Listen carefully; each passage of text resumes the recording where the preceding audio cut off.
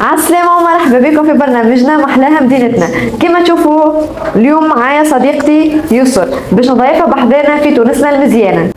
عسلامة مليك، رمضانكم مبروك، وعسلامة المشاهدين نتاعنا رمضانكم مبروك. اليوم مليك وين باش تزنا؟ اليوم باش نهزكم إلى مدينة زغوان. نجم تقول لنا وين نجموا نحوسوا في مدينة زغوان؟ نجموا نحوسوا في مدينة زغوان في معبد المياه الروماني اللي هو شبه دائرة أثري، نلقاو فيه تحيط به غابات وحدائق حلوين ومزيانين، نجموا نتفرهدوا فيهم ونعملوا فيهم تصاور. واللي يحب يشرب وياكل حويجة وين يمشي؟ اللي يحب يمشي يعمل قهوة ويتفرشك يلقاو دار زغوان اللي هي قريبة من الطبيعة. نجمش تقول لنا فما عباد ما يعرفوش دار زغوان؟ نجمش تقول لنا؟ دار زغوان هذه هي عبارة على دار عربي تقليدية اللي تقدموا فيها للحرفاء فطور الصباح، فطور القايلة، فطور العشي، وهاني منها حاجة وحويجة، منهم يتمتعوا بالطبيعة ومنهم يحسوا براحة نفسية. والمغروب المشي وبالحركة وين ينجم يمشي؟ وكان تحب تسرح سويقاتك تمشي مدينة زغوان. واللي يحب يمشي يزور المدينة العربي كيفية وين ينجم يمشي؟ عليكم كان بالروحانيات يمشيو يعملوا طلة على زاوية العزوزية، هي تشهد بسيدي علي عزوز اللي هو أكبر أولياء في تونس.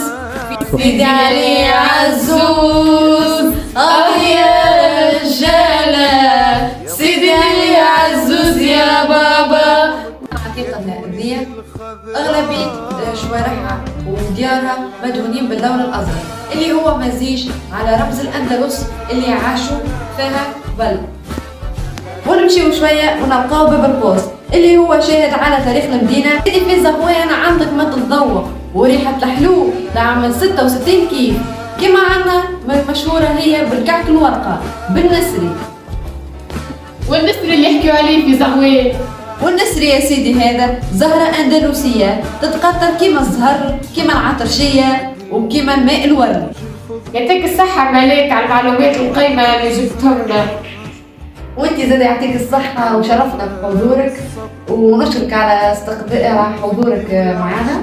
وانا تو نحب نعطي نصيحة يعني ما بين قوسين، يا جماعة يا دي جون يا شباب لازمكم تكونوا فخورين ببلادكم ولازمكم تكونوا فخورين بالانتاج بتاعها وبتاريخها. راهو ما تقولوش راهو نخرجوا لبرا وتنساو رواحكم اللي انتوما اصلكم الاصيل هي تونس. راهي هذيك بلادكم باش تبقى بلادكم حتى اللي تموتوا حتى اللي تمشيو تخدموا برا. راهو حطوا حاجه في خاطركم راكم بلي باش تدوروا مشكم باش تلقاو حاجه باهيه كيما بلادكم. وكنتم مع ختام برنامجنا في محلاها مدينتنا. باي. لا يوم عنا تهوني يا زينة البلدان، لا يوم عنا تهوني يا زينة البلدان، يا مصواعد سمر يا تونس الخضراء